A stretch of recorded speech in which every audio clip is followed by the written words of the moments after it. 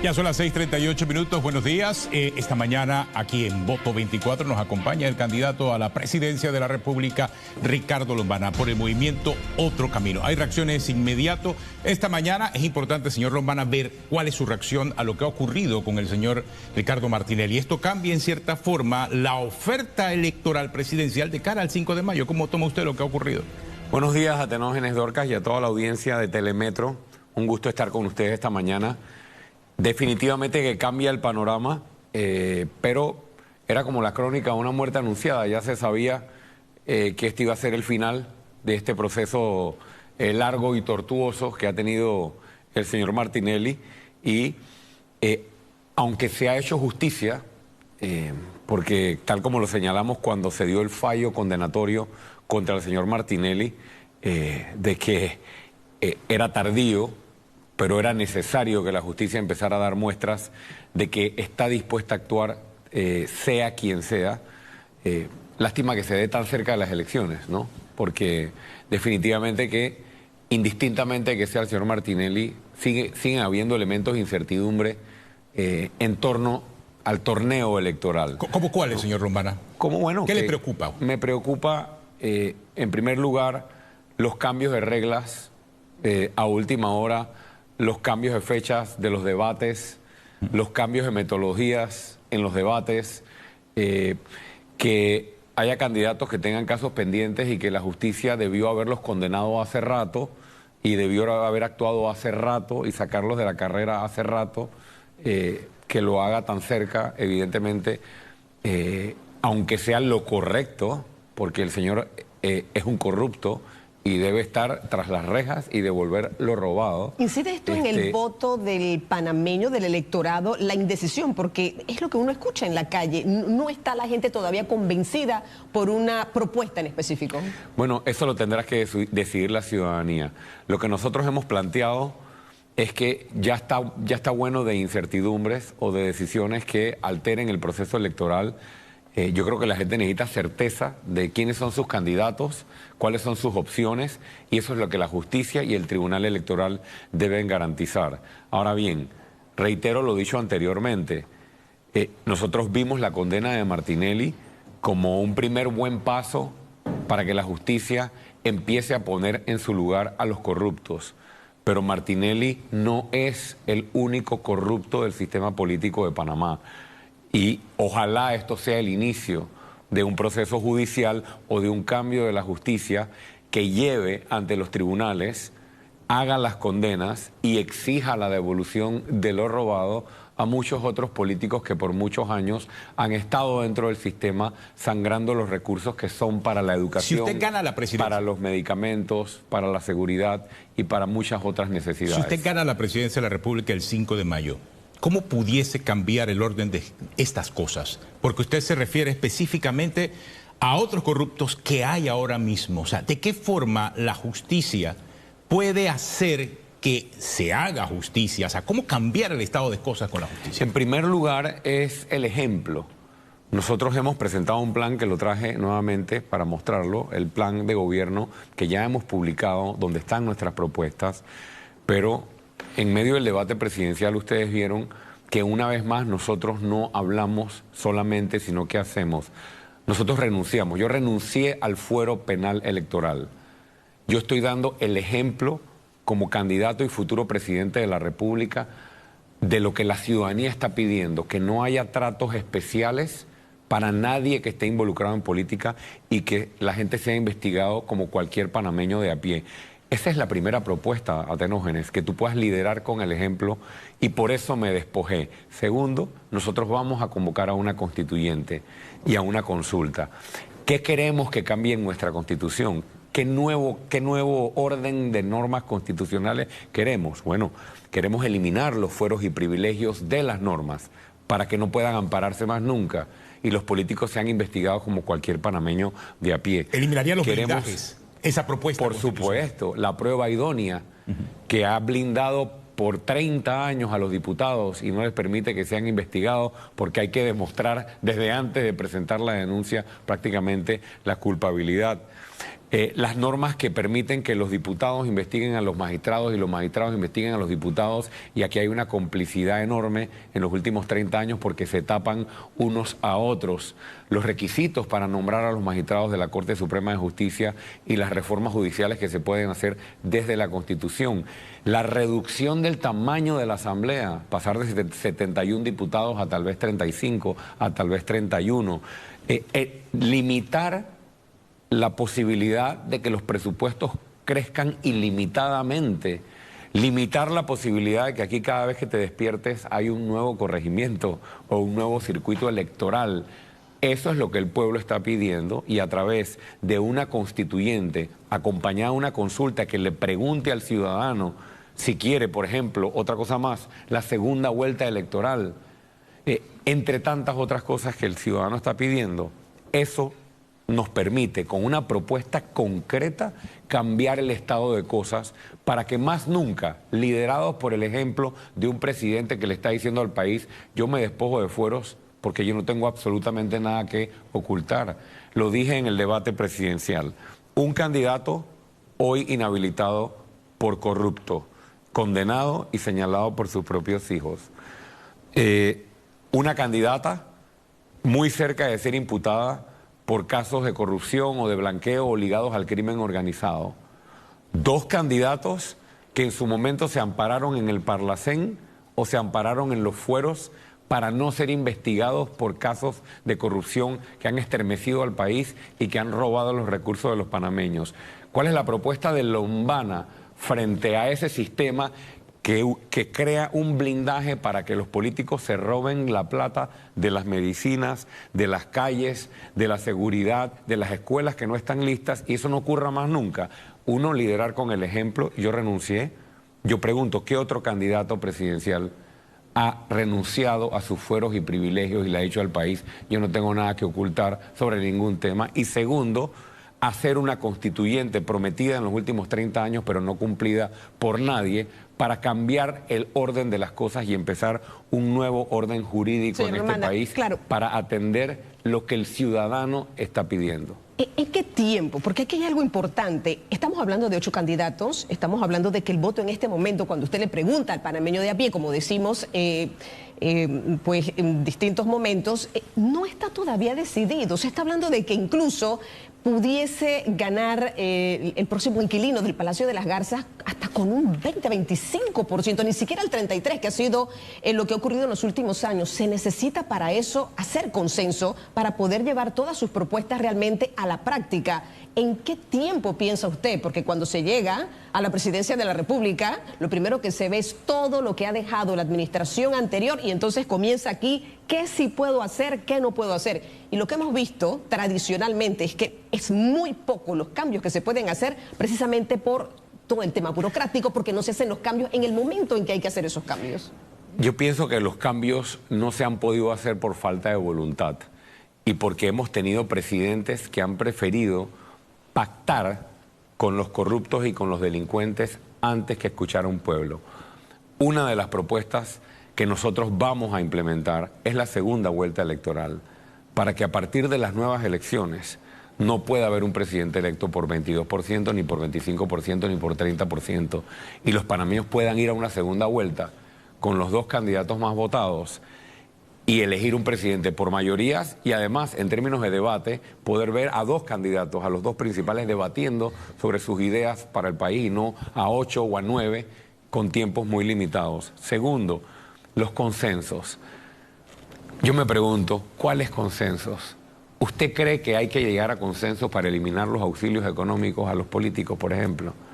Si el país entero está pidiendo que se eliminen las becas por palanca y los auxilios económicos por palanca, el país entero está pidiendo que se reduzca el tamaño de la Asamblea. Es más, hay gente que me dice que la cierren. Pero obviamente nosotros somos demócratas y no vamos a caer en esa irresponsabilidad. Los consensos están allí. ¿Usted no cree que el país entero quiere que se le reduzca el presupuesto de $200 millones a la Asamblea al mínimo, a 30 millones, a 25 millones, para que ese sea el dinero que utilicemos para construir el nuevo oncológico que tiene 24 años esperando, por ejemplo? Estos son consensos que ya la ciudadanía tiene 30 años levantando la mano y diciéndole a su sistema político, estos son los cambios que yo quiero, pero han tenido presidentes que no escuchan a la población y se voltean y prefieren pactar con delincuentes, pactar con corruptos y no hacer los cambios que el país está pidiendo. Lo que yo he dicho es que una vez estemos en gobierno, nosotros estaremos dispuestos a hacer acuerdos políticos con adversarios para poder avanzar en agendas. Acuerdos políticos, y defino acuerdos políticos. Sí, yo le iba a preguntar eso, ¿basados en qué? Bueno, en propuestas. Si hay diputados de oposición que están dispuestos a hacer estos cambios que yo estoy planteando y que el país entero está pidiendo, bienvenidos a sumarse al cambio que todo un país está pidiendo. Pero si hay diputados que quieren chantajear al presidente y diciendo solo te voy a apoyar si me permites mantener las 400 botellas que tengo nombradas en mi planilla, nosotros no vamos a negociar con delincuentes. Vamos a utilizar todos los mecanismos que la ley nos da para que ese diputado quede tras las rejas y devuelva lo robado. Y dicho sea de paso, las botellas, que pueden ser 15 o 20 mil botellas en el gobierno aproximadamente, pueden ser 500 millones de dólares, Dorcas, Atenógenes y estimada audiencia, que nos podemos ahorrar desde el primer mes de gobierno, en el que vamos a poner fiscalizadores los días de pago para asegurarnos de quién no tiene funciones asignadas. Persona que no tenga funciones asignadas y está cobrando un cheque, inmediatamente se le suspende su contrato porque está robando dinero que es para las medicinas del pueblo, que es para arreglar las escuelas, que es para lo oncológico, que es para generar trabajo. Quisiera ahora profundizar en ese tema puntual acerca de la eficiencia del Estado, pero antes, ya que usted me está hablando de las reformas constitucionales, quisiera saber si usted, que ha vivido y ha pasado de el ser un candidato de la libre postulación a un candidato de partido político, ¿son necesarias reformas al Código Electoral también? Por supuesto, entre las propuestas que nosotros hemos mencionado, todo el sistema de reglas electorales necesita ser replanteado. ¿Nosotros qué proponemos? La eliminación del subsidio electoral a los partidos políticos o su reducción al mínimo. Por ejemplo, en este último quinquenio se le repartieron 100 millones de dólares a los partidos políticos. Nosotros en la Comisión de Reformas Electorales propusimos, cuando éramos partido en formación, Atenógenes, la eliminación al menos a la mitad, como un inicio. Y obviamente fue rechazada por la partidocracia tradicional. Hay que cambiar la norma que le da a los partidos esa cantidad de millones. Nosotros hemos demostrado en el movimiento Otro Camino que no requieres millones para hacer política. Los partidos pueden fácilmente subsistir de las contribuciones de sus miembros, fácilmente subsistir de las contribuciones privadas. O sea, ¿reducirla o eliminarlo? ¿Usted qué plantea? Yo pienso que se puede reducir al mínimo. Y aumentar donaciones privadas. Un 10% o 15% de lo que es hoy, en vez de 100 millones, 10 millones, 5 millones, distribuidos equitativamente, pero ojo, para el funcionamiento de las organizaciones políticas, no para hacer campaña, porque los partidos necesitan sostener, obviamente, sus oficinas. Es que hay 20 millones de diferencia entre el partido que más recibe y el suyo, por ejemplo. Esa es la otra reforma. No solo hay que reducir o eliminar el subsidio electoral, que lo vamos a eliminar o a reducir al mínimo cuando estemos en gobierno, porque vuelvo y reitero, esa es la plata de las medicinas de la gente. Por eso que cuando a mí me dicen, es que no hay plata para la Caja de Seguro Social, es que no hay plata para el nuevo oncológico, es que no hay plata para el Hospital de Panamá Norte o el de Bugaba o para arreglar las escuelas, eso es mentira. La plata alcanza cuando no se la roban. Y reforma electoral, reducir o eliminar el subsidio electoral. Segundo, el reparto que quede, que sea equitativo. No es que a los partidos grandes les dan más y a los partidos pequeños o a los independientes les dan menos. Tercero, igualdad de condiciones para competir. Nosotros creamos un partido porque en Panamá no se le permite a los movimientos ciudadanos postular candidatos. En la Constitución colombiana tú puedes postular candidatos sin ser partido político, a través de un movimiento ciudadano. Las normas favorecen a los partidos grandes. Las entidades de fiscalización, la Fiscalía Electoral tiene que ser replanteada para que haga su trabajo y fiscalice la utilización de fondos públicos. ¿Serán esos temas política de esa consulta ciudadana que usted mencionó también? Porque más allá de la reforma constitucional, ya usted se involucra directamente en reformas electorales. ¿También serían parte de esa reforma? Por supuesto que sí, porque el país nos los está pidiendo. Tengo 7 años recorriendo este país y he visto cómo la política despilfarra miles de millones de dólares en un país tan rico que destina recursos a cosas que no son necesarias. Los partidos políticos atenógenos no necesitan 100 millones de dólares. Esa plata se necesita para las obras que el pueblo está esperando, para apoyar a los pequeños y microempresarios que son los que están contra la pared, o para mejorar la seguridad ciudadana o mejorar la educación. Reducir el subsidio electoral, preelectoral, o sea, esa plata que le da el Estado a los partidos. Y en cuanto a los topes para una campaña, ¿también? Por supuesto, para que tampoco es que venga una chequera y sea ilimitada el financiamiento privado. Si tú reduces el subsidio electoral al mínimo y le das a todo el mundo igualitariamente y pones topes y controles reales en las donaciones privadas, se fortalece muchísimo nuestra democracia. Primero, porque no se votará el dinero del pueblo en política, sino que se redestinará, como lo haremos nosotros, a atender las prioridades de un país. Y segundo, la competencia será igualitaria. Nosotros hoy tenemos más de 550, casi 600 candidatos a cargos de elección popular buscando el voto en todas las comunidades del país sin $1. De a vaina, con una gorra y con unos banners y con unas volantes, contra candidatos de estructuras políticas que tienen 50 millones, 60 millones, 80 millones, 100 millones, muchos de ellos dineros mal habidos, otros parte del subsidio electoral. En esa batalla, evidentemente, es muy difícil, pero aún así estoy seguro que lo vamos a lograr. Pero entiendo que más allá del consenso, usted lo que va a buscar es en esa consulta ciudadana conocer la opinión de la gente sobre esos temas y que sea muy claro, ¿no? Y transparente. Que digan sí o no.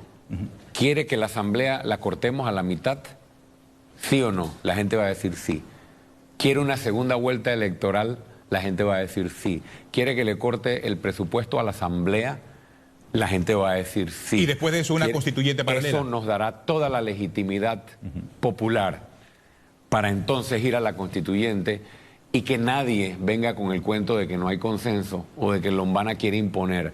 La voluntad del pueblo es que se acaben los privilegios, se acaben aquí los fueros, que se eliminen los auxilios y las becas para los allegados, que los nombramientos y las becas sean para las personas que se esfuerzan, que quieren trabajar y son responsables en el cumplimiento de sus obligaciones, y que los políticos más nunca hagan así y pongan al pueblo a comer migajas de su mano solo porque la gente tiene necesidad.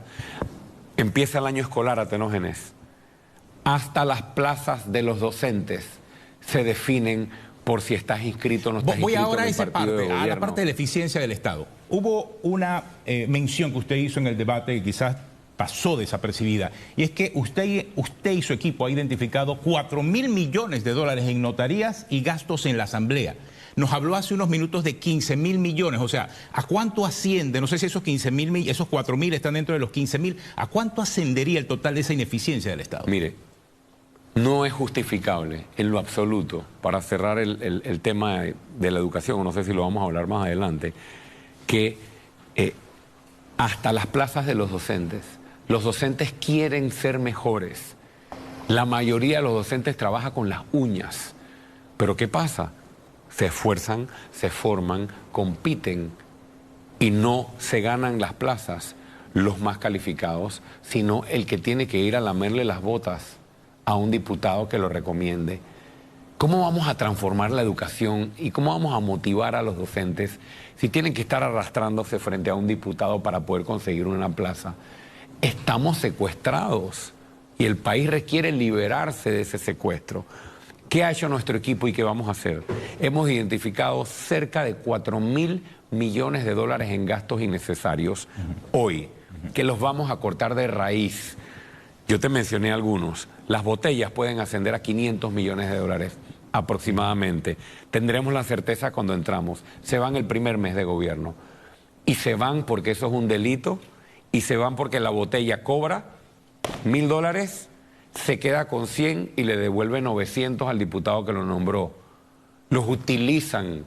Eso se llama cashback. Sí, y los utilizan como comisionistas para cobrar una comisión. Existen las botellas. Esa plata es del pueblo. Y que es un delito también. Vamos a recortar los auxilios económicos y las becas por palanca. Vamos a recortar los gastos de movilización de los alcaldes y los representantes del corregimiento. Vamos a cortar las consultorías que llueven en todos los ministerios y que las consultorías se las otorgan a empresas y a sociedades que los propios políticos han creado para contratarse ellos mismos. Vamos a eliminar y revisar todos los contratos que existen de alquiler de vehículos de lujo. Aquí todo perro, micho y gato de todo ministerio y oficina pública se mueve en 3, 4 camionetas de lujo con 3, 4 guardaespaldas. Vamos a revisar toda la parafernalia con la que se mueven aquí los expresidentes de la República, con camionetas de lujo, con un montón de escoltas. Las leyes, vamos a revisar los escoltas, las leyes asignados a la presidencia, a los hijos del presidente, a la familia del presidente. Sí, las leyes de las notarías. Tal vez la población no sabe esto, pero mucha gente sabe que las notarías pertenecen a políticos. Hay un notario que es el que firma y ese notario cobra un salario, 10%, 20%. El 80% de lo que se gana la notaría se gira a través de cuentas o a través de cheques o a través de efectivo a los políticos que les reparten las notarías. Esa plata es para el pueblo, sea quien sea el que esté detrás de las notarías. Vamos a revisar la recaudación de los consulados marítimos, Atenógenes y Dorcas. Aquí cada 5 años hay 8 o 9 panameños que se vuelven millonarios cada 5 años asignados a consulados de recaudación marítima. ¿Los cónsules deben ganar bien, los que son de recaudación marítima? Sí, para que hagan un trabajo. Pero aquí no se justifica que una persona haga 9 millones de dólares, 10 millones de dólares, 15 millones de dólares, 7 millones en 5 años. Que ganen bien y toda esa plata que venga al Estado para las obras que el país está pidiendo. En este momento, ¿quién se queda con esa plata? Bueno, los cónsules, y probablemente muchos de esos cónsules vuelven y devuelven cashback a las personas que les consiguió el nombramiento, la Lotería Nacional de Beneficencia. Todo ese montón de libretas que se asignan con criterio político. Pancho Alemán y el Molirena, ¿qué hacen? Bueno, le piden a la directora o al director de la lotería que asigne 1.000, 2.000 libretas, le ponen el abono que tiene que dar el billetero para que le den su libreta, le dan la plata y el billetero vende y luego el billetero se tiene que voltear y devolverle el 60, el 70% de lo que vendió a un político. Allí y en muchos otros rubros está la plata de los panameños. Nadie nos va a decir a los panameños que no hay plata. Ahí están los recortes y no he mencionado ni la mitad de los recortes históricos que vamos a hacer. ¿Reducción de salarios también estará? Sí, además de eso, Atenógenes, Dorcas, la recaudación de impuestos. Aquí la evasión fiscal se calcula en 3.000 millones de dólares aproximadamente. Si nosotros implementamos en los primeros 100 días de gobierno y luego en la próxima elaboración de presupuesto este plan histórico de recorte de gastos, mejoramos la recaudación de impuestos porque hoy hay mucha evasión y además, lo más importante, cortamos el dinero de la corrupción, pasamos la ley de extinción de dominio y empezamos a quitarle al crimen organizado y a sus aliados en la política los bienes y las cuentas. En este país la plata va a sobrar. Por eso yo mencioné al presidente de El Salvador en el debate, por cosas como estas, porque antes de que el presidente Bukele fuera presidente, en El Salvador no había plata. No había plata para las obras, no había plata para los hospitales, no había plata para las carreteras, no había plata para los medicamentos. Y de repente llegó el presidente Bukele y ¿qué pasó? La plata cayó del cielo. No, llegó un presidente que dijo, paren de robarse la plata, que este país tiene muchos recursos. Y Panamá es más rico que El Salvador. Entonces, la reforma que nosotros vamos a plantearle al país y que vamos a hacer a partir del 1 de julio es una reforma histórica que nadie se ha atrevido a hacer, que se mete con las mafias que nos han gobernado, con las mafias que pactan con quien nos han gobernado y con el crimen organizado, con un solo propósito, devolverle Panamá a los panameños. Y aquí se requieren esos miles de millones de dólares Romana, para muchísimos claro, programas sociales. Cuando yo lo escucho, que es lo ideal, lo que usted está hablando, no veo un candidato que gane con el 20 o 25%, porque hablo de consenso. Pareciera ser que aquí necesitaríamos un candidato que ganara con el 70, 80 o 90%, porque es que en el camino, y es lo real, usted se va a encontrar con muchas piedras en el camino. Es decir, y obviamente usted dijo, si tengo que hasta reunirme con Bukele, usted lo dijo, pues yo lo voy a hacer.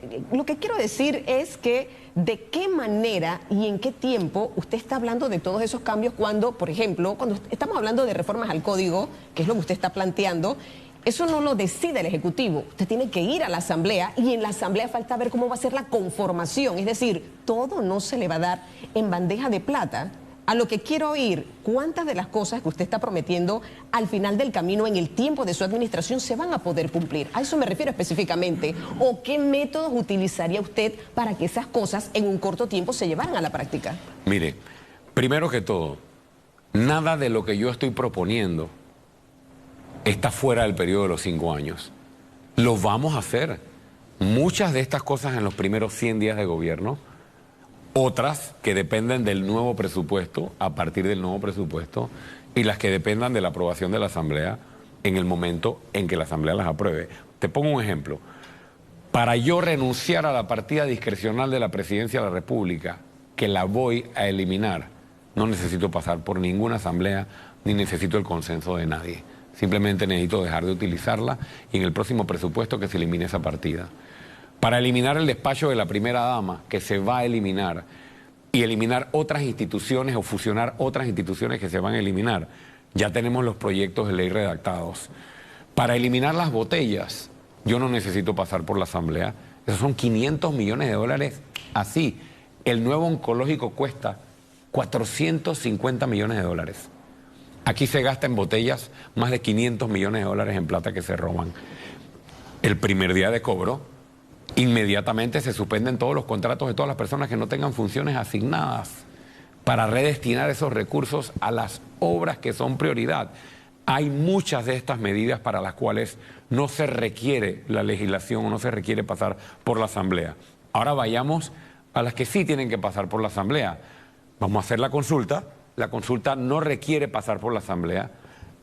La que le decía de que si se quiere una asamblea más pequeña, la eliminación de los fueros y privilegios, limitar la creación de circuitos electorales, fortalecer las instituciones de fiscalización, cambiar los requisitos para ser magistrado de la Corte, la segunda vuelta electoral, todo lo que el pueblo está pidiendo en una consulta. Luego eso tiene que ir a una constituyente y muchas de las reformas como crear la Agencia Nacional de Investigación de Corrupción, que es lo que vamos a hacer con la ANTAI, que la vamos a transformar en una agencia nacional de investigación de casos de corrupción como existe en Singapur. Sacar la UAF de la presidencia, que es otra de nuestras propuestas para darle autonomía y que realmente fiscalice los movimientos financieros que son los que sostienen a los políticos corruptos y al crimen organizado. ¿Qué diputado se va a querer oponer a las medidas que el pueblo entero está pidiendo? Yo me pregunto, los únicos diputados que se van a oponer a lo que un pueblo entero está pidiendo son los diputados que no quieren quedar presos cuando se implementen estas medidas. Así que los que van a quedar arrodillados son ellos, los diputados corruptos que osen o que se atrevan a oponerse a lo que todo un país está pidiendo. Por eso primero la consulta, para lograr la legitimidad y decir esto es lo que el pueblo está pidiendo, a ver qué diputado se va a atrever a decir no a los proyectos que el país está pidiendo. Estoy seguro que vamos a contar con la mayoría legislativa, tanto en los votos del 5 de mayo, y si no lo logramos por los votos el 5 de mayo, que contaremos con el apoyo político de la mayoría de los diputados, porque yo los escucho y todos están hablando de los cambios del sistema, y lo vamos a hacer. En el caso del señor Bukele específicamente, muchos aplauden su gestión, pero otros lo consideran como un gobierno autoritario. ¿Ese no sería el caso de Ricardo Lombana? Por supuesto que no.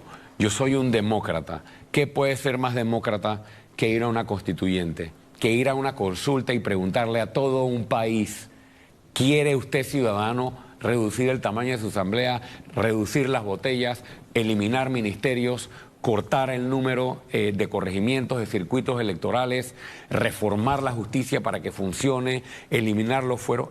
Eso es democracia. Yo no estoy hablando de imponer cosas, donde sí he sido intransigente y voy a ser intransigente es en el pacto con delincuentes. Si hay 4 diputados en la Asamblea, 10 diputados en la Asamblea o 15 que quieren seguir vestidos de diputados, pero detrás del saco y la corbata lo que tenemos son criminales, con esos no voy a negociar. Pero una cárcel para los corruptos, eso es lo que está pasando en El Salvador. Yo creo que no necesitamos crear una cárcel, necesitamos agilizar el sistema judicial para que todas las personas que hoy están en el sistema judicial que no han sido juzgadas, que es prácticamente la mitad, se procesen rápido y tendremos suficiente espacio para guardar a los corruptos. Y si tenemos que construir una cárcel especial para los corruptos, pues lo haremos. Y si lo tenemos que poner a barrer las calles o a limpiar las veredas o a que hagan trabajo comunitario para pagar sus condenas también. Pero más importante que eso, la ley de extinción de dominio y las herramientas legales para que puedan devolver los millones robados. Aquí se han robado las coimas de Odebrecht en 3 gobiernos seguidos, según una investigación del diario La Prensa validada por medios internacionales. Las coimas de Odebrecht casi llegan a 3.000 millones de dólares. Las coimas y los sobreprecios solamente cuantifica eso. Imagínate que toda la gente involucrada en el caso de Odebrecht hubiera devuelto los casi 3.000 millones de dólares. Sí, señor Romana. Esos son los dineros que nosotros vamos a utilizar para devolverle los colegios a tiempo, la alimentación y la nutrición a nuestros niños, para tapar el déficit de la Caja de Seguro Social, para la seguridad ciudadana, para que haya medicamentos y abastecimiento en la Caja de Seguro Social. No dejemos más nunca, panameños, que un político nos diga que no hay plata. Señor Romana. La plata sobra en un país tan rico como el nuestro, pero tan saqueado y maltratado. Señor Romana, si usted gana la presidencia y el señor Ricardo Martinelli sigue asilado en la Embajada de Nicaragua, ¿cuál sería su decisión? ¿Qué haría usted en ese caso? ¿Le daría el salvoconducto? ¿Qué haría? Bueno, habría que ver cuál es la situación en el momento. Si él sigue asilado allí y todavía está pendiente una decisión del órgano ejecutivo, yo sí le puedo decir que yo no voy a tomar ninguna decisión que lo ayude a él a huir de la justicia. Ni a él ni a nadie. Ya dijimos que vamos a sacar a Panamá del Parlacén. El único partido, Atenógenes, Dorcas, el único partido que conecta sus propuestas con hechos es el Movimiento Otro Camino. No postulamos en el 2019 candidatos al Parlacén. No postulamos candidatos ahora en el 2024 porque vamos a sacar de la manera correcta a Panamá del Parlacén, porque no vamos a seguir apoyando la postulación de candidatos que van a esconderse de la justicia. Cuando usted vota por cualquiera de los otros candidatos presidenciales, usted está votando por mandar al Parlacén a esconderse de la justicia a gente que tiene cuentas pendientes con la justicia por haber atracado los fondos de la nación. Por ejemplo, si usted vota por Rux, usted está mandando a Juan Carlos Varela al Parlacén, por ponerle un ejemplo. Si usted vota por Gaby Carrizo, creo que usted está votando por Benicio Robinson, que creo que es el número 1 para mandarlo al Parlacén. Si usted vota por Maribel Gordón, usted está votando por mandar a Saúl Méndez, que tiene 30 años viviendo de las cuotas y de los temas sindicales y de toda la plata de los sindicatos. Y hay muchos más. Entonces, hechos, señores, nosotros no postulamos. Y teníamos buenos candidatos para postular, gente seria.